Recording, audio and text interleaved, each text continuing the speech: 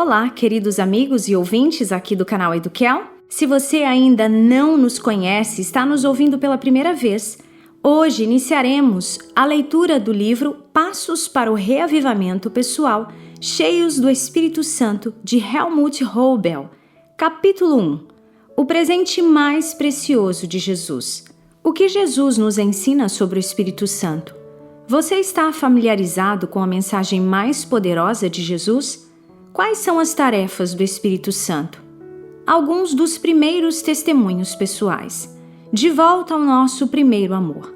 Uma irmã me escreveu: eu e uma amiga estamos atualmente estudando o livro 40 dias pela terceira vez, alternando com o livro Passos para o Reavivamento Pessoal. Descobrimos através deste material que nossa experiência de fé e nossa vida de oração não seriam mais as mesmas. Almejávamos encontrar nosso primeiro amor novamente e, finalmente, nós o encontramos. Agradecemos a Deus de todo o nosso coração. É tão maravilhosa a forma como nosso Deus de amor responde nossas orações e como o seu Santo Espírito está trabalhando em nós e nas pessoas pelas quais estamos orando. M.S. Jesus entrou em nossas vidas. Outra pessoa escreveu sobre esses livros. Eles se tornaram a grandiosa e tão esperada bênção em minha vida. Assim como outros membros, eu também percebi que algo estava faltando em nossa experiência de fé. Porém, agora temos o privilégio de experimentar Jesus entrando e transformando nossas vidas.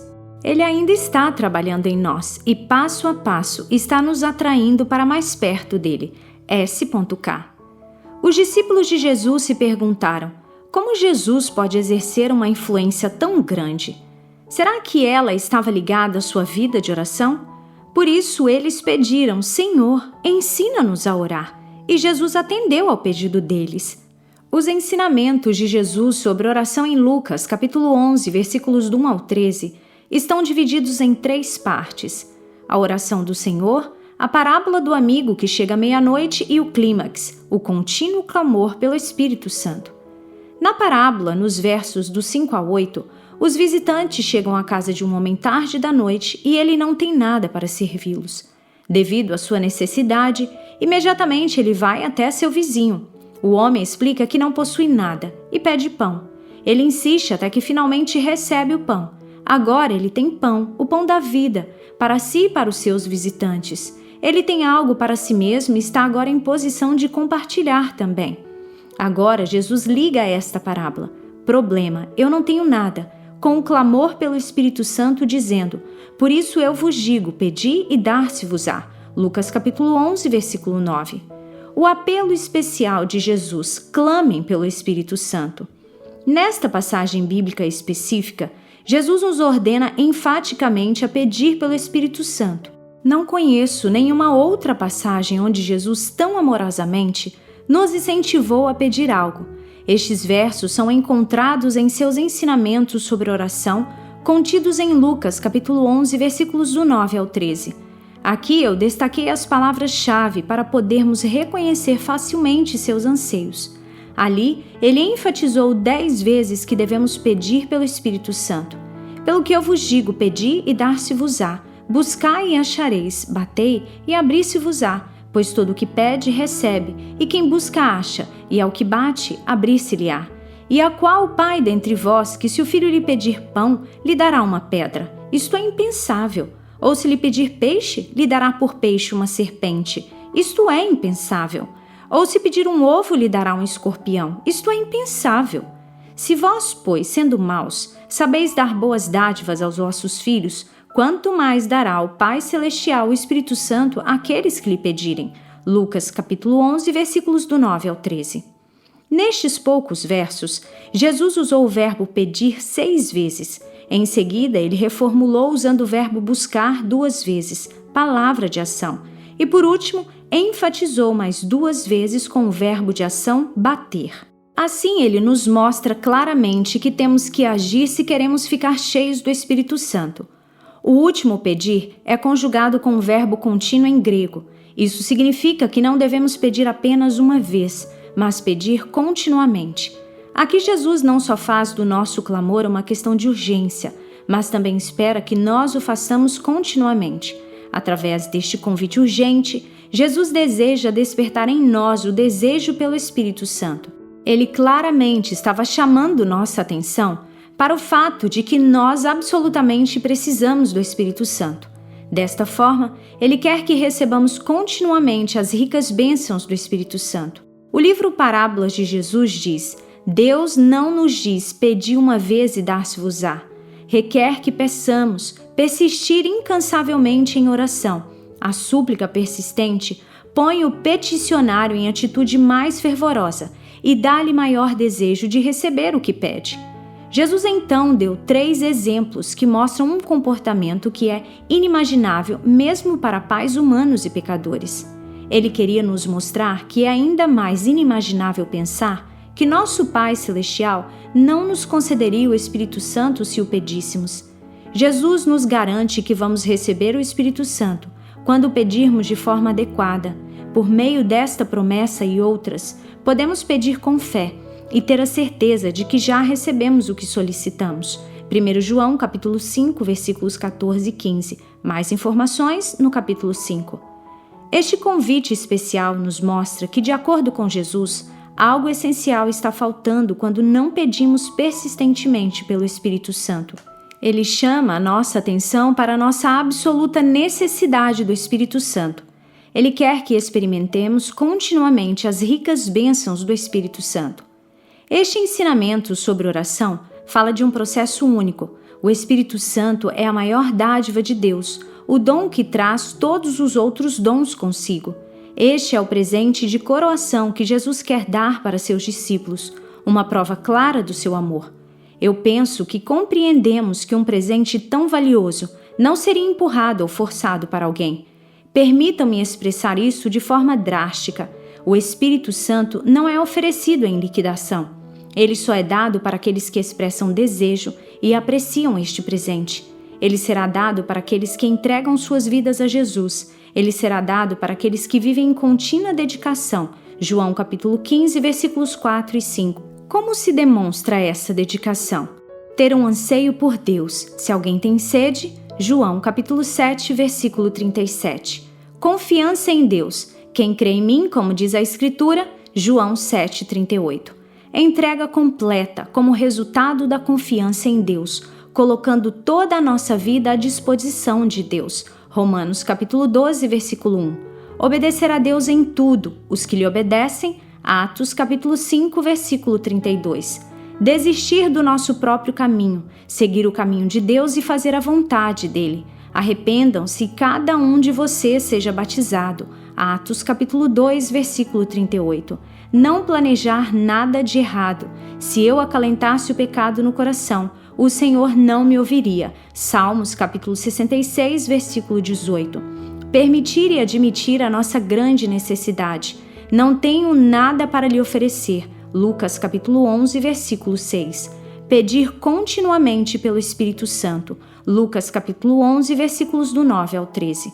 Através das expectativas de Deus em nós, podemos ver claramente quão importante é este presente. Ao analisarmos estes pré-requisitos, provavelmente vamos encontrar deficiências em nós mesmos. Para mim, já se tornou um hábito orar diariamente pedindo para que eu possa ter um forte desejo do Espírito Santo em conexão com o que João, capítulo 7, versículo 37 diz: Se alguém tem sede, venha a mim e beba. Podemos orar. Senhor Jesus, eu completamente digo sim a todos os pré-requisitos para que eu receba o Espírito Santo. Eu não sei se estou preenchendo estes pré-requisitos corretamente. Por isso te peço agora, sinceramente, que agora, hoje, os coloque em mim. Certamente o nosso maravilhoso Deus criará em nós todos os pré-requisitos para que o Espírito Santo possa nos preencher. O Espírito Santo é a fonte de uma vida plena. De acordo com o próprio Jesus, por que ele veio a esta terra? Eu vim para que tenham vida e a tenham plenamente. João capítulo 10, versículo 10. Jesus quer que experimentemos agora esta nova vida e que continuemos a experimentá-la em uma dimensão completamente diferente, após sua segunda vinda, onde teremos vida eterna no reino de Deus. Ele também nos mostra que a fonte de uma vida plena é o Espírito Santo. Se alguém tem sede, venha a mim e beba. Quem crê em mim, como diz a Escritura, do seu interior fluirão rios de água viva. Ele estava se referindo ao Espírito Santo. João capítulo 7, versículos 37 a 39. Rios de água viva. Isto não é uma boa ilustração para uma vida plena? Durante a sua vida aqui na Terra, Jesus nos deixou um exemplo a ser seguido? Sabemos que Maria concebeu Jesus por meio do Espírito Santo. Mateus capítulo 1, versículo 18. Sabemos que depois do seu batismo ele orou, e o Espírito Santo desceu sobre ele em forma corpórea como pomba.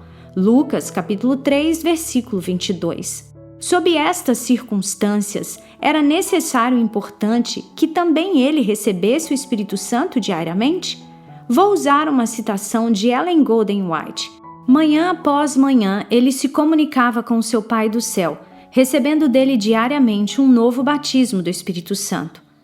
Há uma declaração em Atos dos Apóstolos. Há para o consagrado obreiro uma maravilhosa consolação em saber que mesmo Cristo, durante sua vida na terra, buscava diariamente seu Pai em procura de nova provisão da necessária graça. Jesus de fato foi um exemplo para nós. Devemos nos perguntar, se Jesus diariamente precisava de um novo batismo do Espírito Santo, quão mais importante isso é para você e para mim?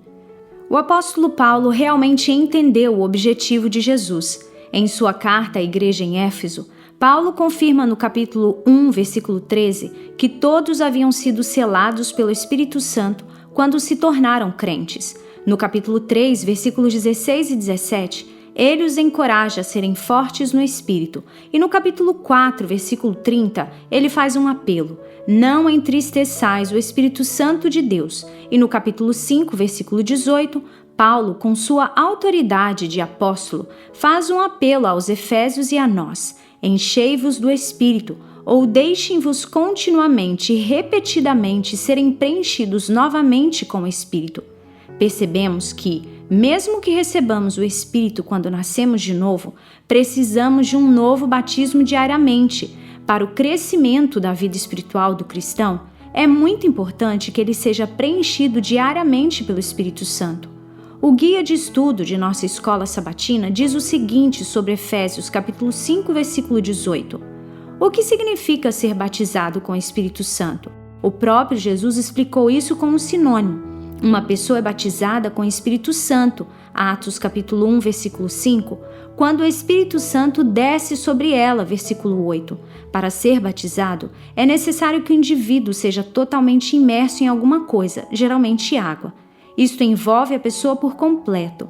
O batismo do Espírito Santo implica na completa influência do Espírito Santo sobre o indivíduo, estar completamente cheio dele. Esta não é uma experiência pontual, mas algo que tem que ser continuamente repetido. Paulo ilustra em Efésios capítulo 5, 18, com o verso grego sian cheio. Últimas palavras de Jesus e a vinda do Espírito Santo. Em suas palavras de despedida, Jesus desejava transmitir aos seus discípulos alegria e esperança, dizendo que o Espírito Santo viria em seu lugar. Jesus disse algo surpreendente para os discípulos em João capítulo 16, versículo 7. Mas eu lhes afirmo que é para o bem de vocês que eu vou. Se eu não for, o conselheiro não virá para vocês, mas se eu for, eu o enviarei. Uma solução vantajosa. Jesus disse aos seus discípulos algo surpreendente. É para o bem de vocês que eu vá. Isto significa que a nova solução, Ele conosco através do Espírito Santo, é mais vantajosa do que ter Jesus presente pessoalmente. Desta forma, Ele não é limitado e pode estar com cada pessoa, não importa onde ela esteja. Testemunho pessoal de uma professora e um de seus alunos. Quando o livro Passos para o Reavivamento Pessoal, de Helmut Hobel, foi entregue em minha igreja local cerca de 1 ano atrás, eu li rapidamente. Durante a leitura, eu tive muitas experiências com Deus, o que me fascinou e me encorajou. No apêndice do livro, encontrei a seguinte sugestão.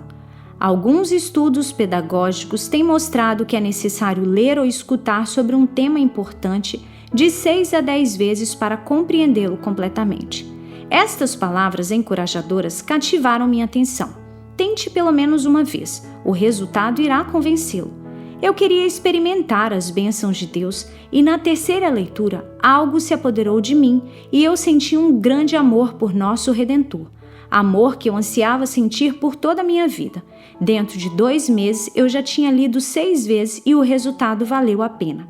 Era como se eu pudesse entender como seria se Jesus chegasse perto de nós e pudéssemos olhar em seus olhos puros, gentis e amorosos. A partir de então, eu não quis ficar sem essa alegria e estar perto do nosso Salvador. Ao acordar pela manhã, eu já ansiava pelo momento da meditação matutina, a fim de experimentar de novo a comunhão com Deus. Durante o dia, eu orava silenciosamente para que o Espírito Santo me ajudasse com os meus pensamentos, durante conversas e com meu exemplo ao ensinar. Quando uma criança queria chamar a atenção e começava a fazer birra ou me incomodar, Deus me dava forças e sabedoria para lidar com a situação. Desde então, meus dias de trabalho são preenchidos com a presença do Criador. Ele me ajuda literalmente em minha vida cotidiana. Desde então, oro pela manhã e durante o dia pelo derramamento do Espírito Santo. É como se eu estivesse mais perto do céu e já pudesse experimentá-lo. Durante a leitura do livro, me veio o pensamento de que os meus alunos da escola também deveriam compartilhar desta experiência. Dou aula para os alunos de 10 a 15 anos de idade na Escola Adventista Elijah em Vorarlberg, Áustria. Então comecei a orar a Deus para que me desse oportunidades. Pouco tempo depois eu tive uma experiência maravilhosa que me mostrou como o Espírito Santo pode trabalhar nos corações dos jovens. Uma criança violenta de 13 anos e o Espírito Santo. A experiência começou 1 ano antes de ler o livro sobre o Espírito Santo. Um novo estudante havia chegado à nossa escola e dentro de alguns dias o nosso oásis de paz foi transformado em uma arena de ásperas brigas. O menino tinha 13 anos de idade e era maior e mais forte que todas as crianças. Muitas coisas que foram aprendidas durante o ano letivo e tinham produzido frutos maravilhosos pareciam desaparecer em um instante. Deixe que ele mesmo te conte a história. Quando vim para a minha escola atual, eu não tinha ideia do que me esperava. No meu segundo dia de aula, fui provocado. Estourei e comecei uma briga com um dos meus colegas. Eu bati nele, embora ele fosse consideravelmente mais fraco do que eu. O ofendi e gritei que nunca mais queria vê-lo. Mais tarde, percebi o meu erro e pedi desculpas, como sempre fiz no passado. Um mês depois, tive uma conversa com a diretora e comecei a sentir algo diferente. É surpreendente a maneira como isso começou a acontecer somente agora, já que sou filho de pastor. Inclusive, comecei a passar mais tempo com Jesus. Eu pensei que esse jovem precisaria de cuidados especiais. Ele estava consciente de suas falhas, se arrependeu e tentou novamente, mas ele não obteve sucesso duradouro por si mesmo. No início, raramente se passava um dia em que ele não tivesse envolvido em uma luta, mas aos poucos foi melhorando. Após 6 meses, ele disse que achavam que eram as orações que o tinham trazido para mais perto de Deus. Nesse meio tempo, ele começou a orar pela manhã, clamando por força. Seus acessos de raiva e briga se tornaram menos frequentes. 11 meses se passaram desde que ele chegou à nossa escola e podemos ver mais melhorias. Porém, sua ira, sua explosão e temperamento não estavam sempre sob controle. Era natural. Ele tentou vencer por sua própria força e entendimento, o que funcionou algumas vezes, mas outras não. Nossas orações tinham causado alguns efeitos positivos, mas sua mentalidade ainda possuía pontos a serem trabalhados. Faltava a força renovadora do espírito. Do que adianta uma pessoa ver seus erros, tentar controlar seu temperamento e falhar? No momento que eu pensei que não havia solução, recebi o livro mencionado acima. Ele veio na hora certa. Então eu percebi o que estava faltando. Era o poder do Espírito Santo. Nós nem sequer havíamos pedido a Ele para que nos ajudasse naquela situação difícil.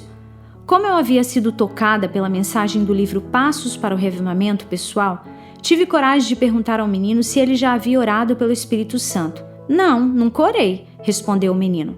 Então eu tentei despertar o seu interesse pelo livro. A princípio, eu não dei o livro para ele. O menino deveria realmente almejá-lo. De fato, depois de algum tempo ele me pediu que lhe desse o livro. Mais uma vez em suas próprias palavras. Em novembro de 2012, a minha professora me deu o livro Passos para o Reavivamento Pessoal. Eu ansiosamente comecei a lê-lo. Naquela época, eu realmente não estava familiarizado com a obra do Espírito Santo. No primeiro dia, ele já tinha devorado quase 2 capítulos e então me perguntou quantas vezes eu já o tinha lido.